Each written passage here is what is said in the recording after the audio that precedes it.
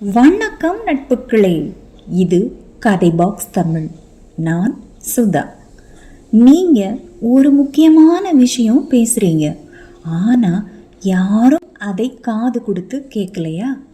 இல்லை மற்றவங்க உங்களை மதிக்கவே மாட்டேங்கிறாங்க அப்படின்னு தோணுதா? தப்பு உங்ககிட்ட இல்லை, நீங்கள் பேசுகிற முறையில் தான் இருக்குது. இனிமேல் உங்களுக்கு அந்த கவலையே வேண்டாம். நீங்களும் அந்த பேச்சுக்கலை ரகசியங்களை தெரிஞ்சுக்கிட்டீங்கன்னா நீங்கள் தான் மற்றவங்களுக்கு ராஜா ராணி. வாங்க அந்த உளவியல் ரகசியங்களை தெரிஞ்சுக்கலாமா?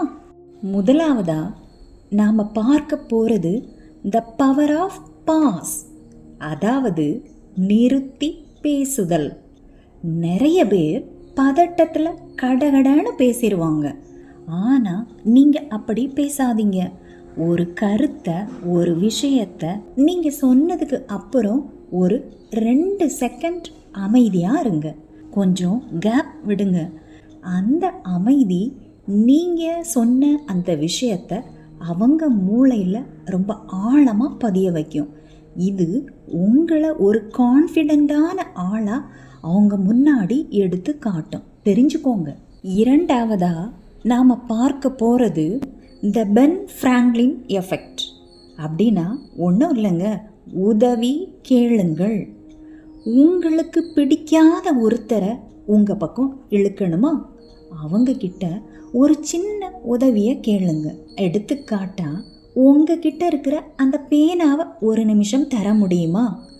அல்லது இந்த அட்ரஸ் எங்கே இருக்குன்னு சொல்ல முடியுமா? இந்த மாதிரி சின்ன சின்ன கொஸ்டின்ஸை நீங்கள் அவங்கக்கிட்ட கேளுங்க. இப்படி நீங்கள் கேட்குறதால அவங்க மூளையில் என்ன நடக்கும் தெரியுமா?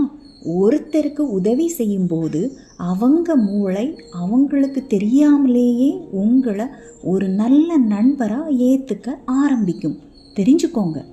மூன்றாவதாக நாம் பார்க்க போகிறது மிரரிங் டெக்னிக், அதாவது பிரதிபலித்தல். எதிரில் இருக்கிறவங்க எப்படி உட்கார்ந்துருக்கிறாங்களோ அதே மாதிரி நீங்களும் உட்காருங்க. அவங்க மெதுவாக பேசினா நீங்களும் மெதுவாக பேசுங்க. இது அவங்களுக்கு தெரியாமலேயே அவங்கக்கிட்ட ஒரு கம்ஃபர்ட் உருவாக்கும். உங்களை அவங்களுக்கு ரொம்பவும் பிடிக்க ஆரம்பிக்கும், தெரிஞ்சுக்கோங்க. நான்காவதாக நாம் பார்க்க போகிறது இந்த சைகார்னிக் எஃபெக்ட். அப்படின்னா ஒன்றும் இல்லைங்க, முடிக்காத கதை. இதுதான் ரொம்பவும் முக்கியம். ஒரு விஷயத்தை பாதியிலேயே நிறுத்தினா மூளை அதை தேடிக்கிட்டே இருக்கும். அதனால தான் சீரியலில் கூட தொடரும் அப்படின்னு போடுறாங்க. நீங்கள் பேசும்போது கூட இன்னொரு ரகசியம் இருக்குது, அதை அப்புறமா சொல்கிறேன்னு ஒரு சின்ன சஸ்பென்ஸ் வையுங்க. இது அவங்கள உங்ககிட்ட திரும்ப திரும்ப பேசணும் அப்படின்னு தோண வைக்கும். இதனால் அவங்க உங்ககிட்ட திரும்ப திரும்ப பேச வருவாங்க, தெரிஞ்சுக்கோங்க. ஐந்தாவதாக நாம் பார்க்க போகிறது ஆக்டிவ் லிசனிங், அதாவது கவனித்தல். உலகத்திலேயே சிறந்த பேச்சாளர் யார் தெரியுமா? யார் மற்றவங்க பேச்சை முழுசாக கவனிக்கிறாங்களோ அவங்க தான். அவங்க பேசும்போது நீங்கள் அவங்க கண்ணையே பார்த்துக்கிட்டே இருங்க, அவங்கள கவனியுங்க. இது அவங்க மனசில் நீங்கள் அவங்களுக்கு மரியாதை கொடுத்துட்ருக்கீங்க அப்படின்னு நினைக்க தோணும். இதனால் அவங்களுக்கு உங்கள் மேலே பெரிய மதிப்பையே ஏற்படுத்த வழி செய்யும், தெரிஞ்சுக்கோங்க. அதனால் நட்புக்களே, நிஜத்தை சொல்ல போனால் மற்றவங்க மனசை புரிஞ்சிக்கிறது கஷ்டமான விஷயமே இல்லை.